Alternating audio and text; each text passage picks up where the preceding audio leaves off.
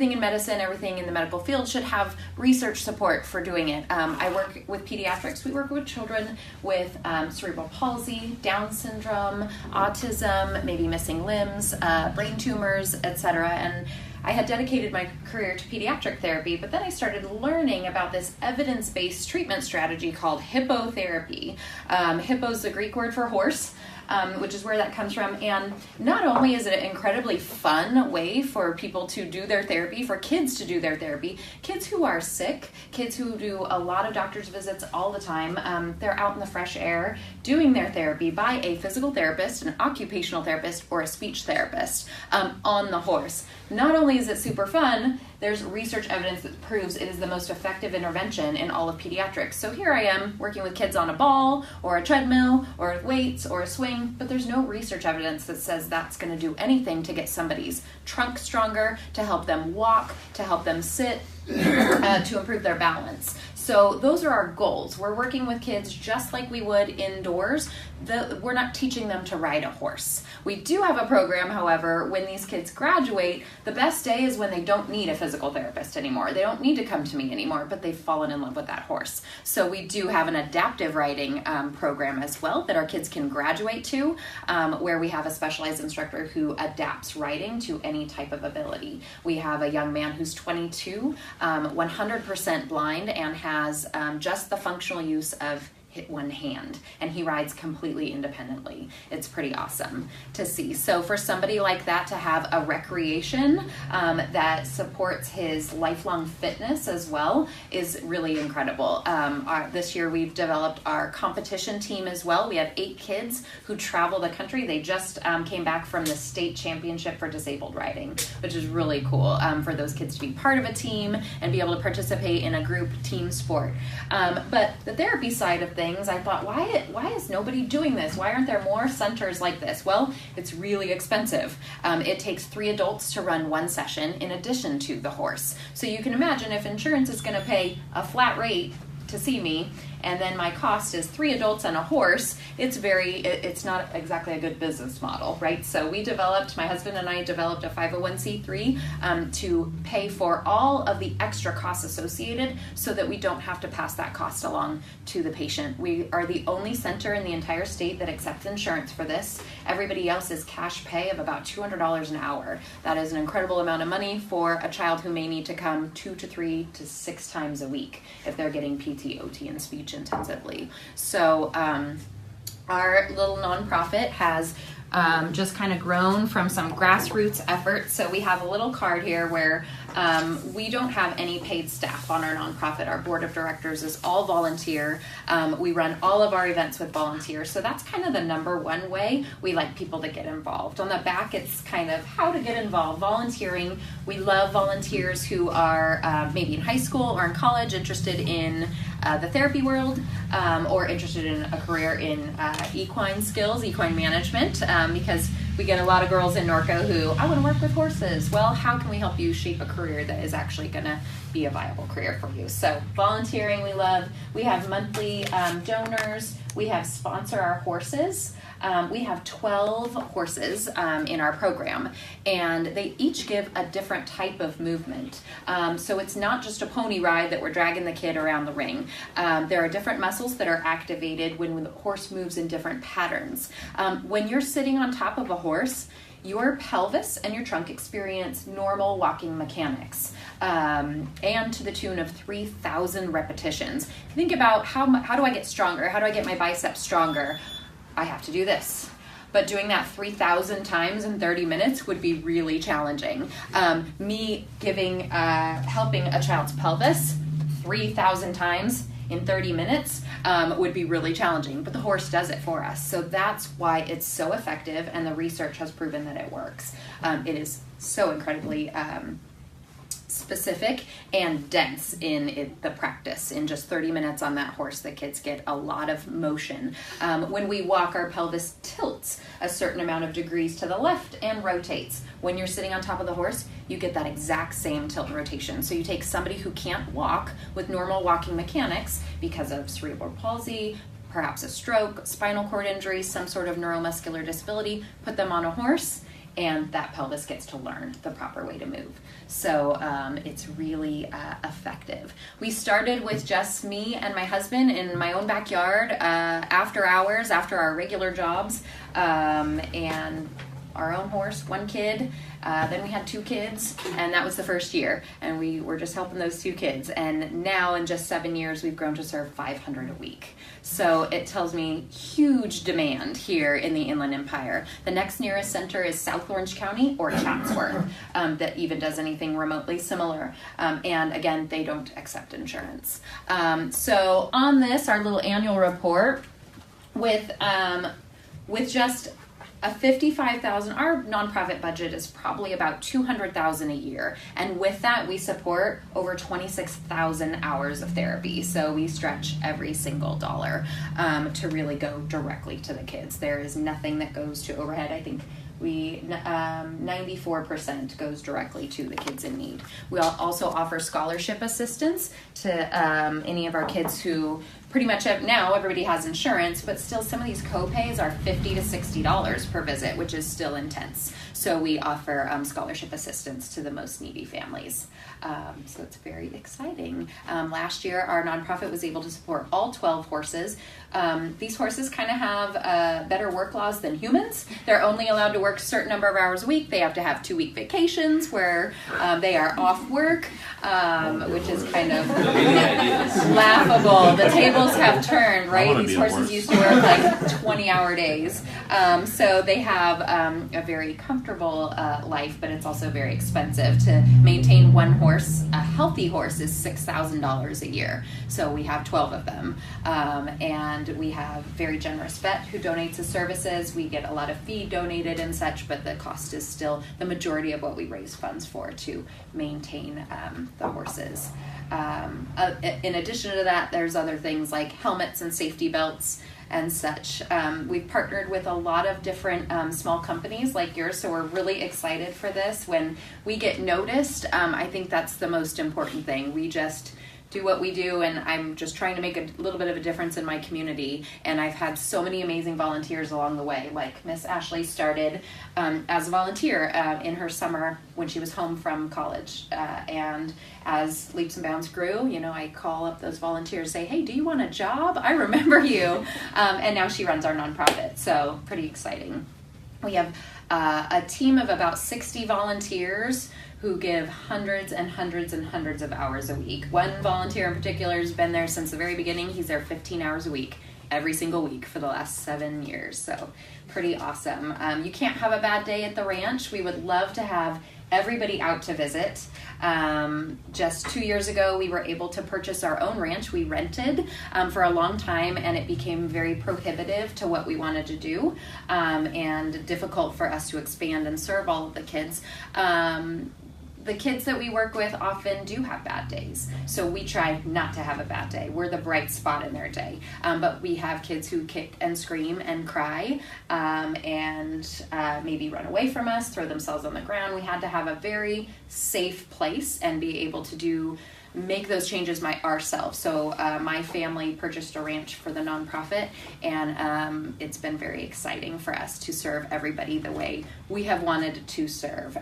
We are now building our own clinical building on site, which is currently a commercial space we rent down the street, so that we are going to be a complete campus by the end of this annual year. It should be built in by October. So that's been very exciting. We will have a lot of naming opportunities, naming campaigns on the building.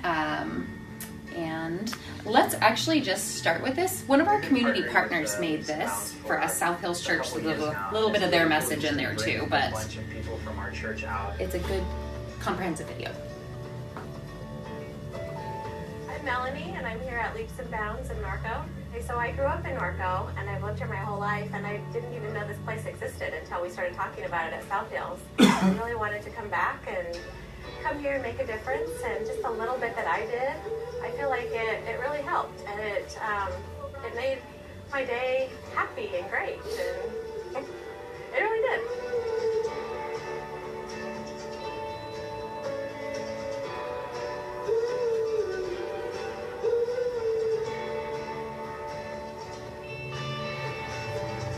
There's lot of the kids who actually come here for the therapy. We're here today. This is their biggest day of the week on Saturdays, so there's quite a few of them here. And just to see the joy that those kids are getting out of that experience was really rewarding for me.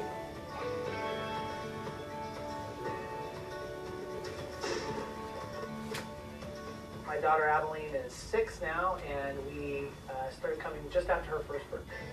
Working with kids is just different, especially kids with special needs. And so Leaps and Bounds is, their staff they're familiar with that. They're dedicated to pediatrics, and so that's one of the things that is special about this practice. And then clearly what's unique about Leaps and Bounds is that they use the horses to accomplish their therapeutic goals. And so whether it's speech therapy or occupational therapy or physical therapy, they're able to incorporate the horse and use it to kind of be like a force multiplier and help the therapy process. So you're getting all of this wonderful movement from the horse. So for our kids who are sensory seekers, they get to be on the horse and get the sensory input from the horse, which allows them to focus on the tasks such as getting dressed or writing. For kiddos who are able to walk, we get them on a horse, and the movement of the horse walking mimics the same movement as walking in your hips. So you're working muscles that you wouldn't be able to work normally on the ground when we're able to use that equine movement. So we're able to work on different things that we can't work on sitting in a clinic. We're able to do that out here in the fresh air, in the sunlight, which is a totally different environment, and it smiles all around. When we come here, it's a place where everybody kind of is on the same page. When you have a child that has special needs and is different in many ways than our typical peers, everybody's very understanding of that. He's having a bad day. It's not a big deal here. I think like most families, regardless of what kind of work you do or what kind of income you have, at some point, when your child has a chronic condition, years and years of therapy, if we had to bear the full burden of this therapy, it wouldn't be something that we could do on a continuing basis. And so Leaps and Bounds has the Friends of Leaps and Bounds nonprofit, which is very important to our family because it allows everybody to access this type of therapy. When you give to Beyond Our Walls, that money does a lot of different things, but one of those things that it does is we invest it into people in our community that are already doing incredible things and oftentimes feel like they are completely alone in that effort. And we get to come alongside them as a church and say, we see you and we're with you and we're for you and we want to do everything we can to make the stories that you're impacting even better because we're a part of them. And there's something really unique about being here today and getting to look the parents and the kids in the eyes through your money is providing therapy and is literally changing their lives. And to get to see those smiles and to get to see the meaningful reaction on people's faces because of what we do together. And when you give, you make that possible. You're giving to something that is making the city a better place. That's one of the many things I love about our church.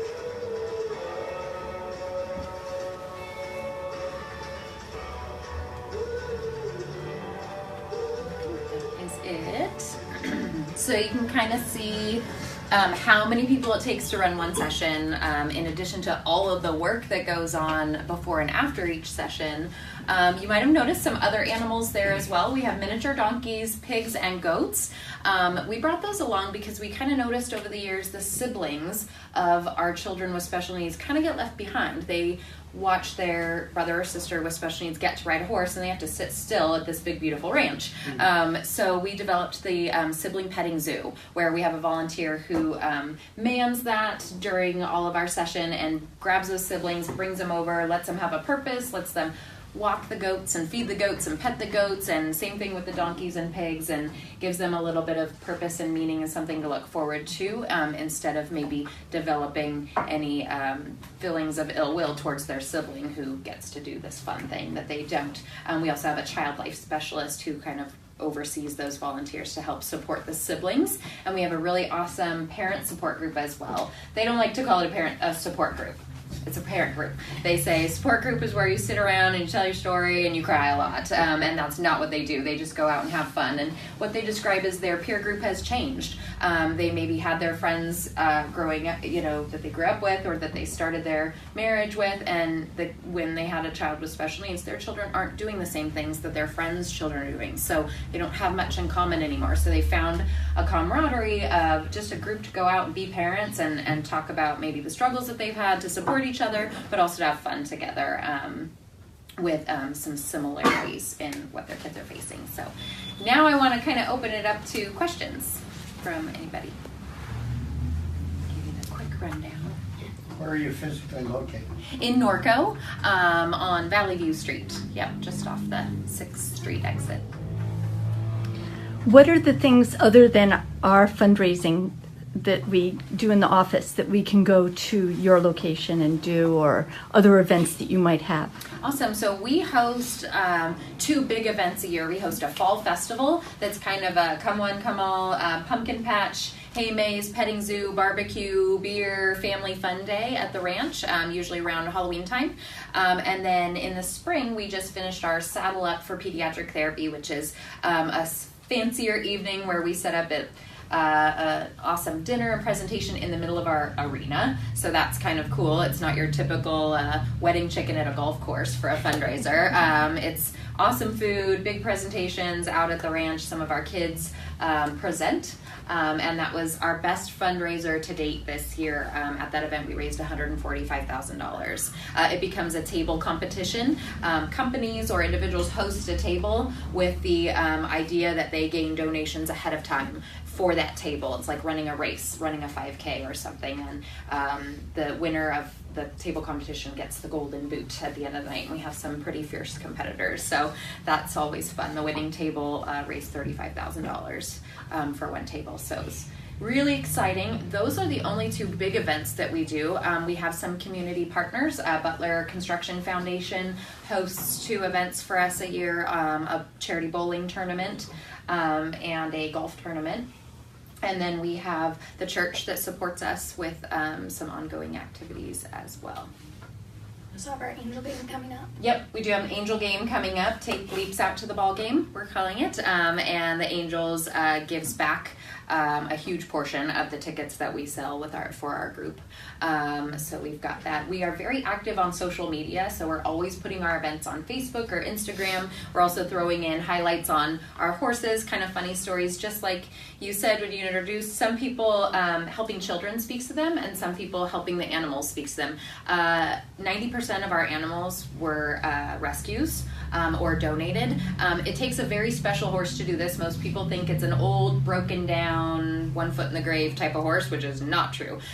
All that great movement is going to my patient, so I don't want a 30-year-old horse that's dragging his own self around to give that movement to the rider. So our horses are athletes. They have to be in tip-top shape.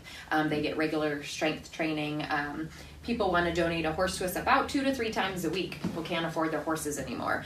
But we have to run them through a very vigorous protocol, health check, wellness check, movement check.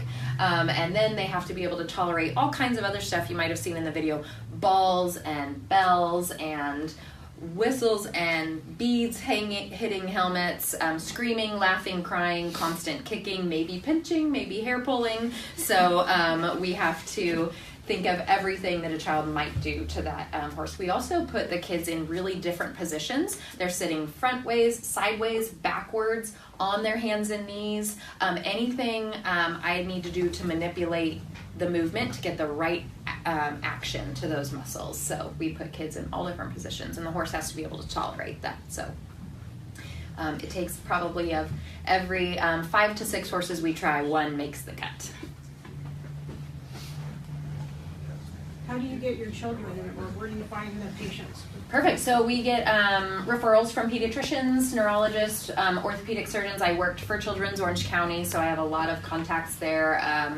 And really just word of mouth. We've never advertised, and we've just been trying to keep up with the constant growth. Right now we have a waiting list of about 100 kids for PT, OT, and speech, and we just cut it off. We stopped taking names because that's frustrating to people too. because we can't serve them. We don't have the physical space in our building. When our new building is built, we're very excited to have the physical space to accommodate more kids. So a lot of word of mouth, Facebook, Instagram, social media. Families who have a child with special needs are very close knit and have a lot of support thanks to social media and can interact with each other. So mostly the word of mouth.